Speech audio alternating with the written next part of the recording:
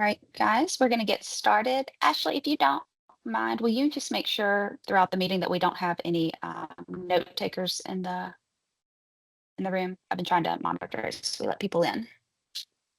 Yep, I'll double check that.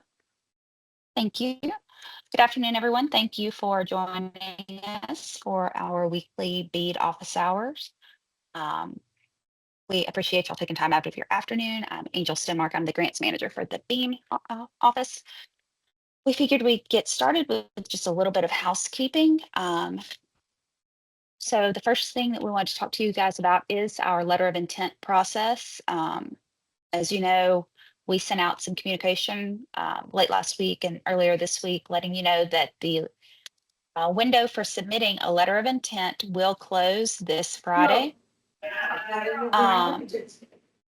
As a reminder, if your organization has already completed the letter of intent, give me just a moment. Sorry, we're catching somebody's background noise.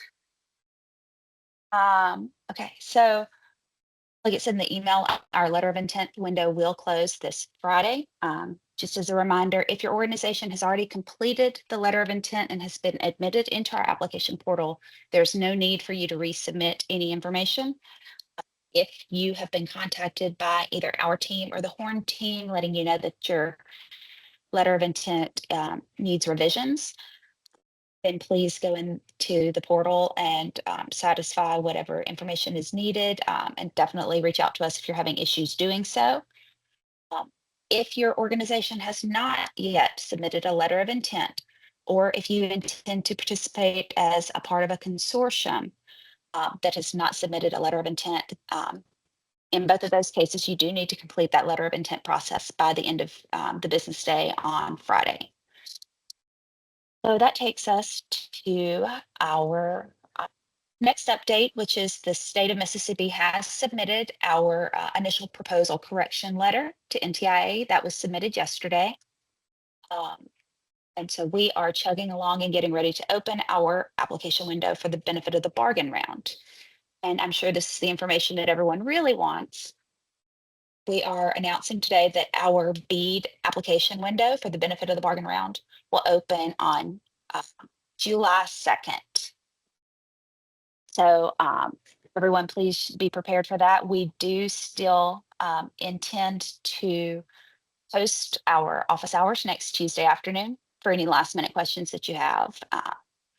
But that application window will open a week from Wednesday, July 2nd, 2025.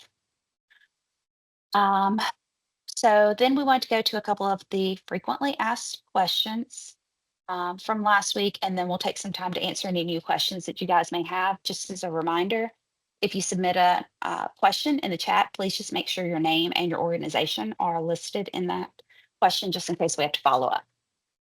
So for the FAQs that we've received in the past week, we did receive one that wanted us to clarify which fabric version we are using in our BEAD program. So Lindsay, I'll let you take that one. Yeah, thanks, Angel. Not just Mississippi, but all BEAD applications for the benefit of the bargain round are to rely on the most updated fabric version from February 2025, version 6. So as mandated by the updated guidance, so Mississippi will be doing the same, and the fabric version will be from February 2025, version 6. All right, perfect. The next question that we had was actually several questions that we received from a couple of our applicants related to performance bonds and other bond questions. So we're going to aggregate those together, and I'm going to let Kyle Skeen provide an answer.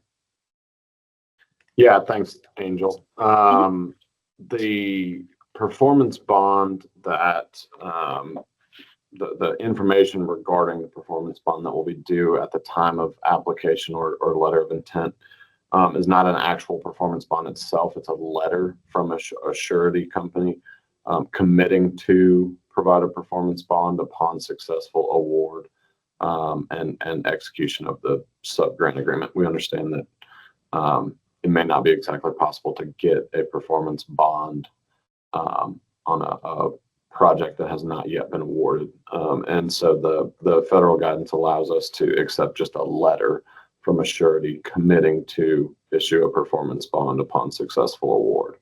And I'd also, encourage everyone to go look at the project surety, section 15 of the application guide, for some further information there.